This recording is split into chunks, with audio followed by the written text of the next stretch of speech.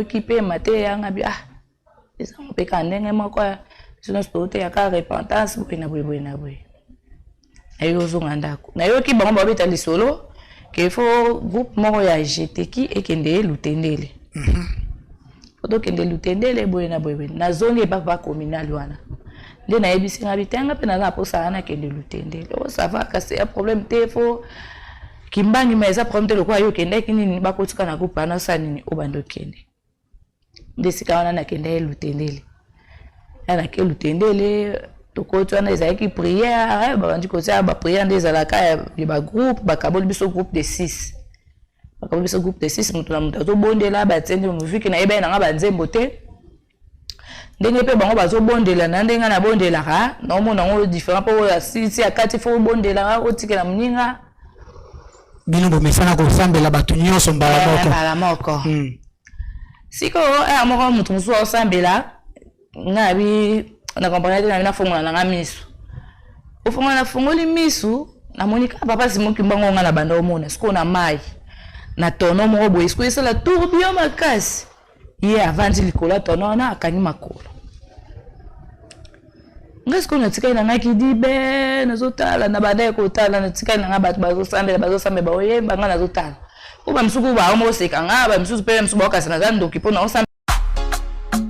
Bienvenue à l'hôtel Saphir,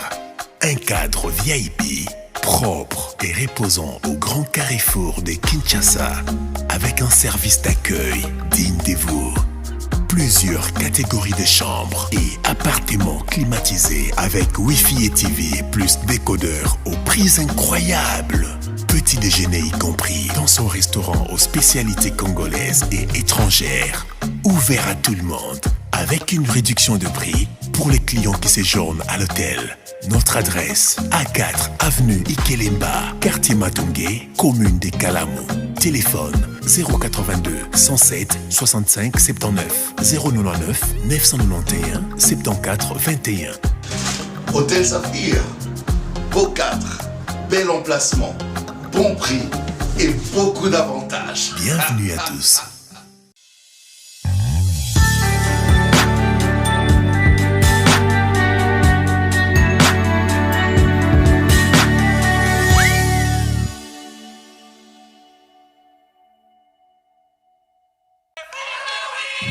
« 1921-2021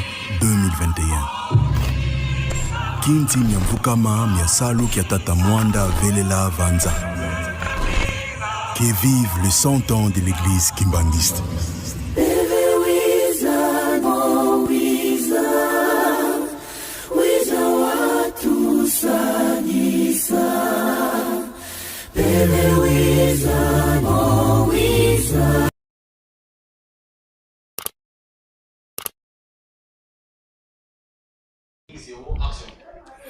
Moté balandi nyonso ya avis des publics et sika wapi bozwami partout dans le monde entier na pesi bino mbote ngai wabino nono a 1008 autrement dit le réal nazali sengo ya ko présenter émission Oyo Tango ya Kimbangu parce que il est temps de propager parce que il est temps ya ko laksana mokili ke il est le Dieu il est le Saint-Esprit vraiment na mokuse na pesi merci na ye mokonzambe mokeli Papa Simo Kimbangu Kiangani Nzambe Molimo Mosantu na pesi merci na bandimi nyonso ya église kimbangiste na pesi merci na bandimi nyonso oyo bandimelaka ete Nzambe azali moto moyindo na pesi merci na mon 2G mobali ya mandefu ya pembe Papa Didier Masuki oyo apesi ngai susu chance ya koleka lelo liboso ya etando ike bomona lisusu ngai na bandako na bino na ba petit écran na bino kolobela lisusu makambo ya tata Mfumwalongo sans plus tarder tokopesa baye oyo basutenaka émission Oyo Tango ya Kimbangu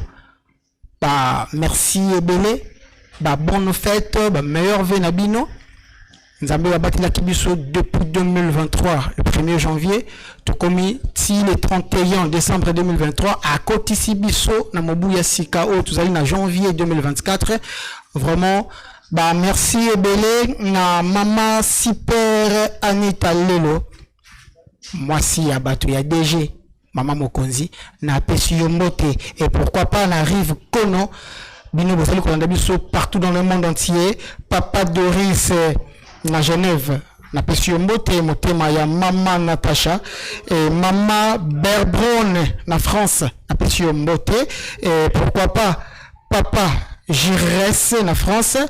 Elka Antonio, na Maman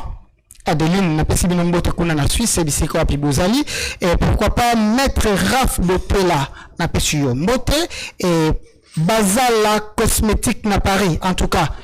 batu nyonso yo bazali na problème ya teint ba problème ya koluka ba mafuta Bazala cosmétique ezali wana na Paris pourquoi pas kokende ko contacter bango pour que balukela yo mafuta na yo ya malamu et pourquoi pas na maman Mami Lelo na Luanda na pesi binombote papa Samuel Pasteur au Madi na pesi binombote pourquoi pas na équipe de réalisation Mobimba na pesi à passant mon petit frère propre Eric Amile na pesi yombote pied gauche Sodaya papa Simo Kimbangu papa Alain Safou le cordon mon patron on a pesi yombote et pourquoi pas na Remedy à Montréal Kiaza Yaoko Remedy na pesi yombote Dinij Mosolo na pesi mbote na réalisation soki bomoni ngai lelo nazali ngai mokote ndeka tolobaka ke mutu oyo akufa azongaka te mutu oyo azali kaka prophète totanga ba prophète ebele na bible nanu balota ete nanu bamona ete tant que azali kozongela batu tant que azali kopesa batu ba message azali nani lelo na yambi moko ya ba chrétienne. Il y a semblé une église de réveil, pour ne pas citer le nom, il y a l'église naïe, mais à chaque fois, à mon akapa Simo Kimbangu qui en gagne. À chaque fois, à mon akapa Simo Kimbangu, il y a l'ibouta. D'accord, c'est un beau ce qui réalisation, ils allaient prêt, Nangaï, dirige mon solo, Yambeli Bisso, maman Nabiso, Naomi, Maowa, Nalobi, bonjour maman. Bonjour papa. Ah, sentez-ça bien. Sentez-ça très bien. Bandimi na biso balandi na biso ya avis du public bazali koyoka yo yo okutani na papa Simo Kimbangu yo omonaka papa Simo Kimbangu olingo betla biso lisolo e bandaki ndenge nini d'ailleurs avant que obetla biso lisolo c'est présenté nanu batu o bazali kotala bayeba ozali kimbangiste osambelaka ozali mopagano ou quoi que ce soit. Non naza mopagano te. Pour me présenter d'abord, je m'appelle Mao Naomi, et Nazar chrétienne, donc de ma naissance, je suis vraiment une chrétienne. Catholique, protestant, église de réveil. Église de réveil. Église de réveil. Église de réveil. Nazar Kimbangiste était. Eza que ngaki nangaika sono sa msala na linga mingi ba nzembo na ngone beta ba fit ba fit na flûte fanfare wana ba façon ba défilage on nga sono sa msala fanfare wana betaka nde na banda ko cheshe nango mona sona tie sono sa msala fanfare wana betanga na zo défiler na ngana nda kuna zo seka na sa msala et dakanga que na sa msala na sister sa msala mwambango. Et il est arrivé que un jour, parce que c'est cette histoire que je parle, c'est pas de mes noms, ça date déjà à 4 ans passés. Ça date 4 ans passés. 4 ans passés. C'est parce que Nazala na kenda déjà une église pe na bete da bango li solo oyo na zo bete da bino sikoyo. Na banda okende ndeko nanga ayuta matadi ayo talanga na ayaka otala biso na ndako. Avant il a passé ba séjour na comme un okende et c'est ngana ke kotika ye na esika bazwa ba bis na bango ya okende matadi. Pendant que na banda oyo ka bien te nazala na moi ba fièvre. Maki wana to vanzi ti ba bis on ba maitaka biloko ba sa ba nini wana. Et wumele fièvre et comme matanga makasi nazo lenga. Ye moko ndeko nganda moni bonga bi lokwa da ba maiti biloko comme non air ka to zo ya ka ba décoller yo ko zo transport okende vi ko zo kanzo to bien te. Ngabi na otiko okende msusu ke tabite na okende déjà. Donc le quoi derrière ba koti blo non ça ba bengi ba kombo na koti yo kende na yo. Vu que tant banda il y a déjà embouteillage avec ma casse banda au précipité pour somber déjà billet. Tout matin ba moto na tirana na bon transport vraiment malonga te. nde na prospect nga habita ba na zonga pour na bande vraiment ko trembler yé mon kuta ya bisi mutu mo azaki na pardon recevoir pardon tika de kolanga zo ka bien tazo de transport ya magasin nde na koya to yena mutu wana azinga pe taxi na matin na taxi ya magasin na bisi chauffeur wana na ke magasin direct bo déranger nga te ko na zo ka bien te pendant que to bande ko kende le to longwa ki kuna ska bazo ba taxi ya nini ya Matadi si to koma na magasin na miyeba te na bande ko miyeba te donc fièvre matin qui te manda bande o miyeba te que chauffeur ana moko aningi sika makasi tanti la muka to komi na magasin na bisende na boye na ko kasu ko kita mutu kate simbango kitisanga kende utikanga ska bazo ba transport ya UPEN. Les chauffeurs ont mingai a commis à moi rendre on est ba moto ezalaka na vandi na se na bana pe ko côté matin na vandi na se ba taxi ezalete na bandi ko senga na ba moto na bisi moto wana ngabi papa est-ce que ko me manga na ipen a bisi ngana za 3000 na me moti na destination qui est 3000 francs ngabi c'est 3000 francs na za ngote na minute on na bona na 1500 habité 1500 simbate na susu muto mususu keti kanga bakona so bazaka na primo 3000 francs 1500 matenga bikasi bo memanga ya ta boko misinga pa na biso ba ofpesa au moins en transport au luka parce que nazo ka bien oui bata moto nyonso ba boye biloko ya transport pesa ki da passe ba era na poto mandele da ba 17h donc 18h ba transport comme ya olela na vandika na vanda na se na nini wana kaka na rampo wana na zumu tu na chena se na banda pe na koyoka bien te nazo ka bien te na manjo lela ngamo kuna zo lela na binzambi soki omoni ke olingo bomangai bomangi sika batu bayebi nga kotika ngana kufa awa te batu bayebi nga te par conscience kaka yango moko ye mon papa simo kimbango bakimbangi se babondelaka soki ya solo vraiment ozalaka sunga ngai ndeto na lobi en fait zela muke conviction ni sala ki yo lo bambamo papa simo kimbango bakimbangi se babondelaka ezalai ke na bande oyo kasu bien tout monde na bande o sentir dans nzoto pena na bande o sentir lo kwa ngasuti donc je me sentais beaucoup na tele manacha su pa na ndo batende na vanda ka wana do na vanda na koma obenga bataba moto ya obenga yaka na lobi ka nzambe na sambela ka kotika ngana kufa te ndena yo ko loba susu na bi papa simo kimbango bakimbani se basambela parce que bango bakusaka ke yo aza nzambe na bwebwe na vu que na ko na suka ne baloba moto so ko na suka meka kisi nyonso nde na lobaki bongo na zumu tu ngana kitisi na se esika oyo Facebook basali wana esika basali Facebook eza Facebook WhatsApp onzelo ekindaka bandal voilà Facebook wana na mutu de na chena mutu na se un temps na binana relever mutu na nga na lukam so na pas chasse mutu moto mususu akoyedenga kotomba na tombo mutu na moni papa Simon Kimbango parce que na yebi na mona ke na ba photo oya alata liputa wala liputa ka ndenga alata bongo na makolongulu na ye kaka na moni azoya abimi kota ya ba Facebook wana azoya sko makolo direction nga nazali sko nazo kama na omo atemo ke na bande robela na zo mona ndeti ndoto ndeti na zo comprendre ngoti ye pe na committee esika nazalaki na yebisi ekotika ngai na kufa awate na yebisi ka kotika ngana kufa ate na zonga epa biso ba mona ngai quand même ke na kufike na kufa awa lokwa naza na famille te ayebisi ngai ko banga te ndito ngai biso ko banga te minute mke na mona aza soute na moni mutamoto mo ayesko esika nga ya telemaki mutamoto na ye ayebisi ngai otoke wapi ngai na expliquer peska na okeli o matana ke tika o na bisi na za 1500 problème te amati wana na mati aye mutamoto ngajo ebisanga kote na mino kote ni akote sanga tina vene so tili boso apporte na biso mutamoto wana babengi pa na biso baye bakitisinga viko na bando kokokita te bakitisinga na moto na ebisi bango bofuta mutamoto mbongo ya bi okofuta na ote papa moko boye kuna mutafuteli yo moto. Attends, papa wana ebisi yo ke Kobangate. Après Kobangate, elle a mis sur le côté, maman a kéiné, donc à se disparaître. Un temps après, moto a eu comme maillot, si il bosse porte la bino. Elle va faire ses bons à l'obéi, papa mon robe déjà foutu la kinga moto. Na kena ngabi papa moko papa mama vina ndo kabia te bakotinga pe na ndako basoko mama kutazopenga ma ipofia freza ki makasi bapesinga paracetamol na ki olala moko ba yo la msanga mama ebisinga yaka yo lia na ndoko kolete na zuka mo lutu mike na koti na ndo wana ka bien te biko na bele paracetamol na ndo ka bien te akina lali skuto na zonga ki na pongi mibale na sentir nde to mona na ba TV ba scénariste nde na comment ça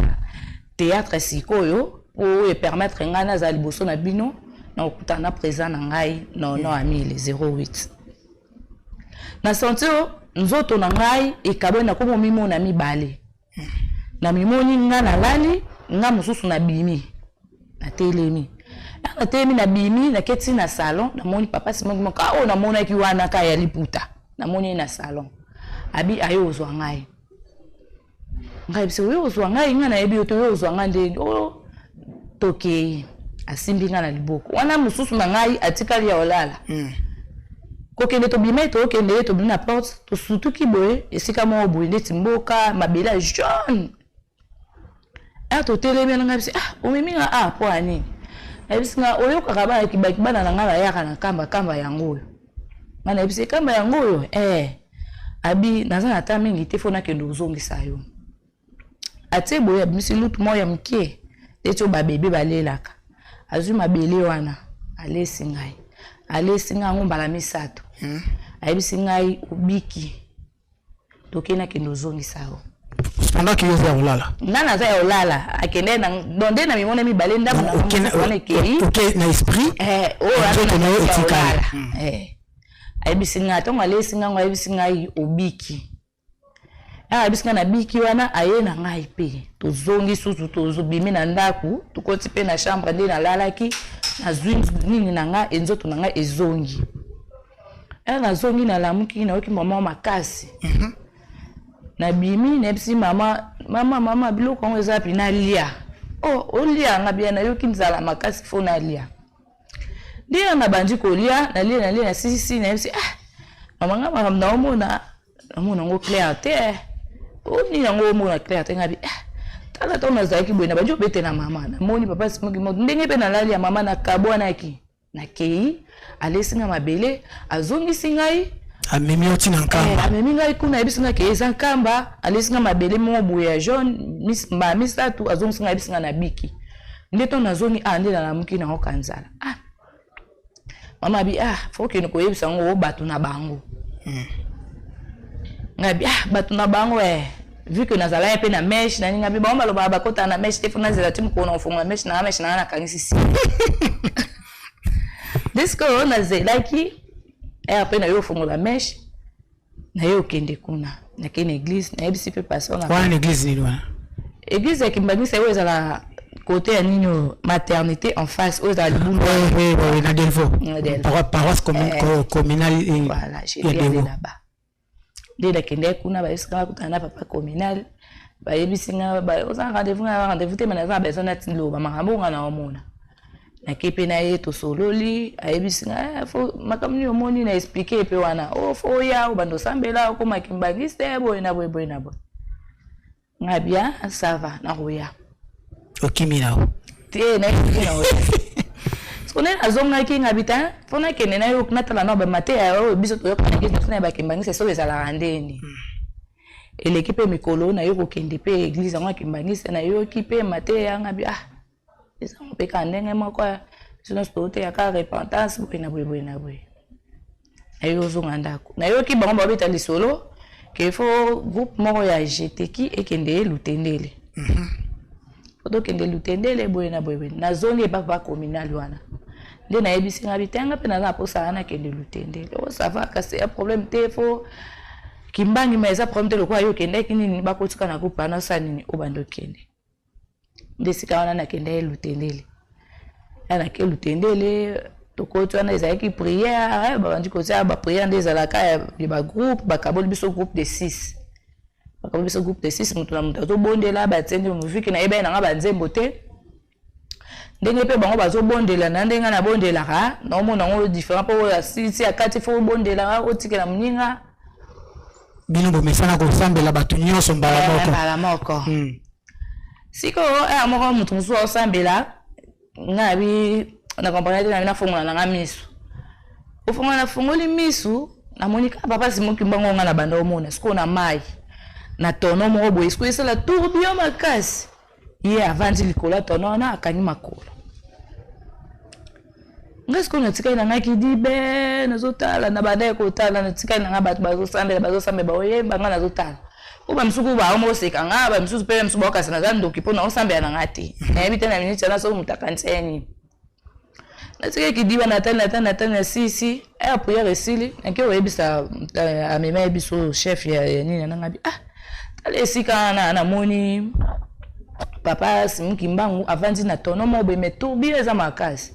ayebisa nga moni sika ngabi sika na to kita mwandambo to kiti yo mona ke wapi na moni kuna sika na avandi me abando sika azotala nga azosika mutona ayebisa nga isika babwakaki ye yangwana ayola kiso isika babwakaki ndena njo ebisa babwakaki ndeni bana obete na ngana mwa lisolo ndepe mutanga banji ko relate nga beteli nga lisolo ngo pe ngabe ezala bongo like nga lipa ngo banjo like nga lipa boyena be like nga en fait balakisho bilembo o yatika biloko ya liati lelo zali bisika ngata likolo na yo wana ti lelo soki mota tie lokolo ndenge wana ekokoka wana pe na kenda ki na tie pe likolo pe koki ya par après na yo ozonga na nga ndako ana zonga ndako ngabite fo mama pe na kenda na ngai kosambela na moni ngo za bien ndeto matana biso bangomba na ko matana nga pe kuna lokola ngomba nga na zonga lokola ngomba no so na kenda na nga ko bondela na koma peso na zuna ngata nga mona kina ngabondela na kina na leki na po ba contrôler ngate na kina na leki na bonde donc contrôle yo banda makasi wana e fo za ba kimbangi baganini boye ndena yoti kana kenda na ngasote leki jour msusu na memi mai na douche na wakende na douche pona kendo sokola siko lupang na biso na mo adenga expliquer lupang na biso te donc eza lupang na biso eza juste eza clôturé eza ouvert siko na sima nango toza na lupango musuto kangami nango eza nde ba mapango ekanga banzela wana to sala siko porte poto bimaka na lupango wana poto kende na venu mususu très bien nde siko to sala porte wana ezala souvent mingi tongo ekoma ba miyibi bakomo kote pa na biso banzela wana bazi porte na bakangi batie kadena ngape na zuna nga cantine na kende na douche na kende ko soulager na kende ko sokola na kete na douche na moi muta osokola na zui cantine na tiki wana na ozela mutu wana abima bara na kitaki na bande konika makolo na se le temps na ozela mutu na tombo le longi boye na moni papa moko boye alati veste ya bani ba veste wa mikusi wa donc ba benga safari ouais alati pena safari bien ko pe alati mukoto na ye ana malete asimbi na liboko olika ayebisi nga ma fille ça va bien papa. Tu vas bien, Gabi, je vais très bien. Très bien, très bien. Kiminga, Gabi, c'est un Nazar. Vraiment, en tout cas, Bandeko Balandi, Tozali, Nanzambe ya solo. Quand on le verra que Papa Simon Kimbangu, le dieu, Papa Simon Kimbangu, Yende Molimu Monsantu, Batu Mingi Bandi Makate. Batu Mingi, Bamona Kangolo Kola, Bakimbangiste, Baza, Batu Yamaboma. Mais témoignage oyo et outil et pas ya kimbangiste té d'ailleurs nous avons même accoutrement naie malgré batu mingi ceux qui te rendent les réseaux sociaux batu mingi papa Simon Kimbangu azoya vers bango azoya ko pesa ba message azoya ko mimonisa que il le Saint-Esprit azoya ko mimonisa que yende mokeli ya nyonso yende mokeli ya mokili oyo mais na doute na tembe batu bazondi makaka te. Voilà sur Nabiso Naomi Mawowa. Pour la seconde fois, c'était pas Papa Simon Kimbangu Yali Puta. Maintenant, c'est Papa Simon Kimbangu Kiangani. Parce que Yé a Tikali Puta depuis 1921, Lelo a comment qu'on s'en billet en veste. Bakimbangi soit Mbaka. Yembe la he, oh, Yewana. Atiki liputa yewana lati veste Papa Simo oya 21 yewana atiki liputa yewana lati veste tozonga mukena lisolo ya mama biso Naomi vraiment toka tozokende malembe koyoka lisolo ya mama na biso et puis toko continuer si faut kita tina ndako ko tuna mama ba mituna par rapport ya makambo mwana bande ko mona toko kita pona bino balande sur la vie du public. Maman, à vous. Ndewana azolika abi ma fille okimingai ngai bita na kimite wala ngai pe ide kutu teke za ye susu na okansa na ngai su papa ka mo bo l'équipe est na porte wana okiminga ngai bita na kimite nazali na oya kaka aseki kaka aseki aseki aleki siko aleki na tali porte ngona muni porte ngona kadena ngabi papa abimeli wapi na bimi mbango susu na landa ye aza sute siko ngabi eza papa simoki mbango wana siko alati veste ngabi na bayaki bayemba ngabi otunaki pe batu ba nzinga te na bimi na tuni bango na ebisi bango bomoni papa moko boeta leki alati safari veste mkuse boena malette ami mutoleki ate mutoleki auta wapi na zoni susu kuna yake na ningi sikade da wana kanena peneza ya kukanga ngabi na zoni lesi bango baba mwana alokwa ni mutoleki ate ngabi te papa mwana leki alati male amemi malette bo alati safari ya bleu de nuit na mandi wo expliquer bango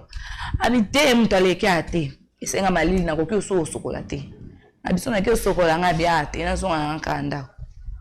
azomi na ndako na kina vanzi na bandi utala ngokanga ona ngai poni ka ngai inde na omona kai bongo ososola kite que ndenge na zabo fona kende kimbangiste nani na kenkamba po ba maki ona nkamba obika kina nkamba eloko ni sala ki que ososola te vraiment kenkamba na ki kobeta lisolo o ezokomela ngai na lokwa na yebisa ki na moni ke na yebisi pasteur ici ni nango na yebisi bango ton pe na yo moni o ya seconde fois na pe na kepe na yebisi bango depe ana ebisi bango wana bango pe fo kende kamba ngabisava nazana ngam ko botbol ngaba kende kamba bobenga ikoma na ngoka boye na ngoka pe babeta tsuli so na ngope te amna pona na sala jum so mwana zaidi na mandosa na semaine funa ya pour soirée mbamoko soirée mbamoko na mwana babeta pe so na ngote vu que naza pe na ba engagement na ngam susu na église na biso nde na ba kike na bando ya soute. Et puis il est arrivé jour mosusu na lali on ce qu'on a comme la lota kindoto. Et puis c'est pas un problème vu que tu me connais déjà. Le ko yebinga déjà c'est pas un problème. Ngabi ezana ngop ngabi na ebisi ko yeba ondenge nini abi le ko yebinga déjà o mona ngai ce n'est pas un problème déjà. Sambela ndengo zo sambela abandi ko pesa nga ba conseil abandi ko tangisa nga pe Exode 20. Très bien. Attends, Exode 20, il faut y aller. Donc, l'église qui manque, c'est tout chaque jour, du matin au soir. Exode 20, chapitre 1, verset 17. À chaque fois, Exode 20, au boss, on a bon de la thé, après, on a bon de la 6 heures. 5 heures, 10 heures, 12 heures, 15 heures, 18 heures, 22 heures, 0 heure, 3 heures. Et bon de la cas.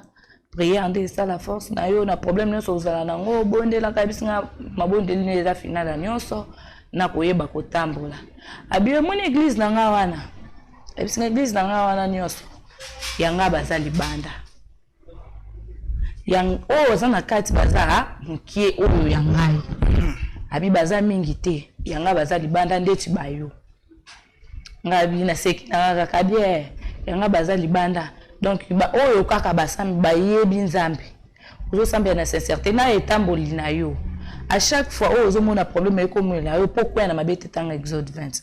Abandi ko pesa ngai ba conseil. Donc apesa nga ba conseil belé ya vie. Ndenge ka papa pesa ka mwana mais ko wana sko ya papa excellent parce que il me faisait donc ko lobelanga makamususu oyo eza ki papa ko yebisa ote. Lui me disait ça. Abandi ko yebisa nga abandi ko te ngai boye na boye mwana ngai faut tambola boye ko sala mutu mabete na vie sala boye zongisa boye mais yeba que à chaque fois bandulu kanga na ndo mimoni sapana yo à chaque fois on a posa na ngai na bandu ko mimoni sa bien ça problème ezate na vanzi na ngai pe les cas na zaki na ba problème mo ebele ya maman na ngapa banda ko bela ba problème pene bele abela ka pena beli makasi toke to luka solution ezaki te avant na za l'église ou naza parce que na za une église mosusu temps na za kuna azali na ba problème trop de problèmes maman beli ba passer na bon ba prière solution ezalete na esi maman solution ezaka to benga papa simo kimbangu pa lo ba ki so to bengi e aoya to benga ya oya to benga oya ndeni abia ko ya kaka na bondela jo mususu